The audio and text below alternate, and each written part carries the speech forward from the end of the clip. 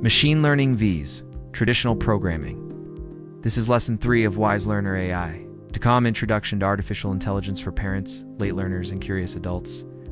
So far, we have learned that traditional programming means telling the computer exactly what to do, step by step. You write exact instructions using if this, then that logic. For example, if temperature greater than 30 degrees, then turn on the fan. But machine learning is different. It learns from data, not from rules.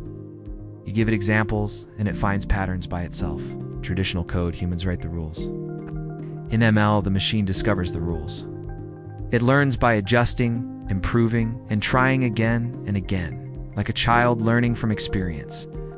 That's why machine learning can power things like recommendations, speech recognition, and even self-driving cars. If you enjoyed this lesson, please like and subscribe. Check out the links in the description for more resources.